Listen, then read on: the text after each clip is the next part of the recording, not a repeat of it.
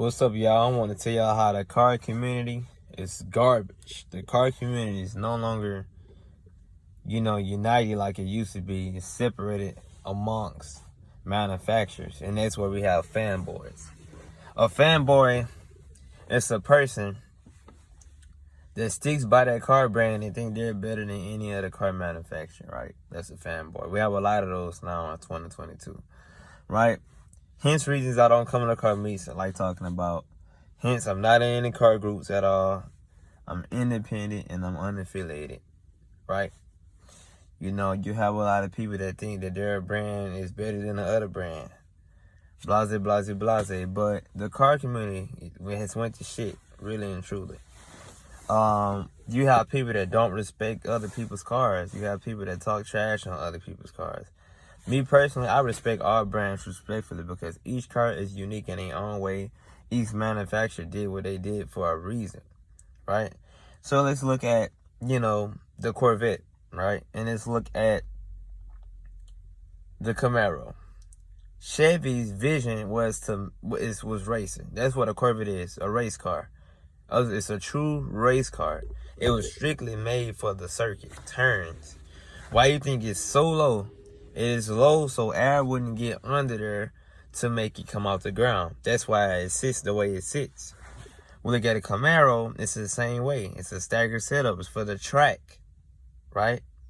And people get this misconception mixed up with the Chargers and the Challengers. Dodge did not make their Charger and Challenger to be race cars. They made them to be drag cars, right? They made them to be, they are muscle cars. They are muscle cars, right? If you look at the Challenger from the 1970s, the Challenger today still have that retro look. The big Hemi, 426 Hemi. They have the big Hemi engines, and they weigh a lot. And since they weigh a lot, that does slow them down. But when you can't compare a fucking tiny Corvette to a damn Charger, it's apples and oranges. People don't understand that, right? They're in two different brackets. You have tuners, muscles, exotics, or you can categorize it as sport car, muscle car, sedan, whatever you want to do, right? And you classify those cars in that group. So let's speak on the Chargers we have, since I had two Chargers in my life so far, Scat Pack and Hellcat. Where's the Ford Taurus show? Where's the show? Oh, I forgot. Ford stopped making those, right? It's a sedan. Chevy stopped making those, so they wasn't selling. So really and truly, the Dodge Charger does not have true competition. So yes, Dodge is forced to compete against Ford and Chevrolet. The Chevrolet Camaro and the Ford GT500. And those cars will be quicker because they are track cars. The Mustang is a pony, it's not. It's the way they are now, they're not how they used to be in the back of the day, right? I feel that the Chargers, they're still like raw power cars because they are so hard to control from a dead stop. You can launch a 5.0 easily from a dead stop. If you had a performance pack too, with some good tires or a drag pack in general, you can launch a Mustang without spinning much. Like the last model, S197 was a pain to launch if you didn't have good tires. Now the newer ones are more like, and not as dangerous, right?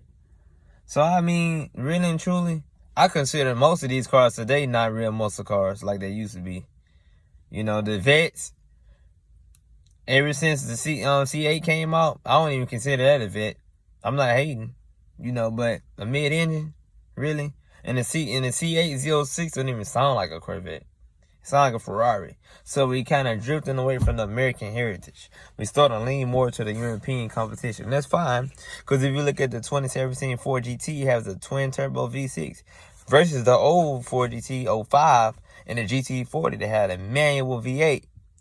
So, I mean, we got to keep apples and oranges where they belong.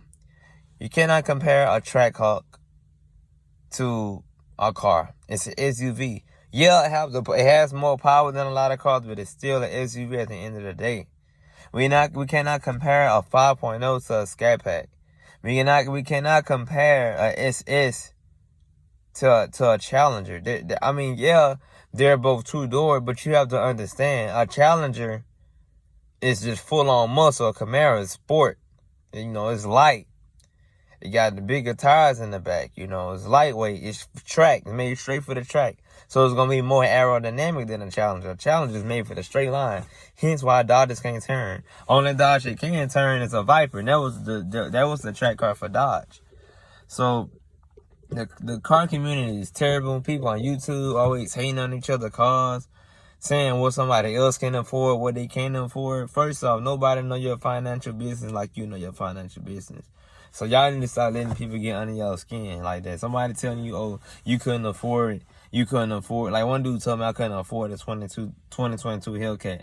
That's why I got a 16. First off, who will spend more money for the same car? That's dumb. That's really dumb. You understand? You know, nothing has really changed tremendously to get a 2022 normal Hellcat. Now, if it would have been going for a Red Hot, it's different. Because they started those in 2021. So, yeah, people really need to fix themselves, man. They really do. Love your car. Who cares what somebody got to say about it? You paying for it. You work for it. So, love your car. No one will ever be the fastest. It don't matter what kind of car you have. Just enjoy your car. You know? So, at the end of the day, you drive it. So, that's all I really got to say.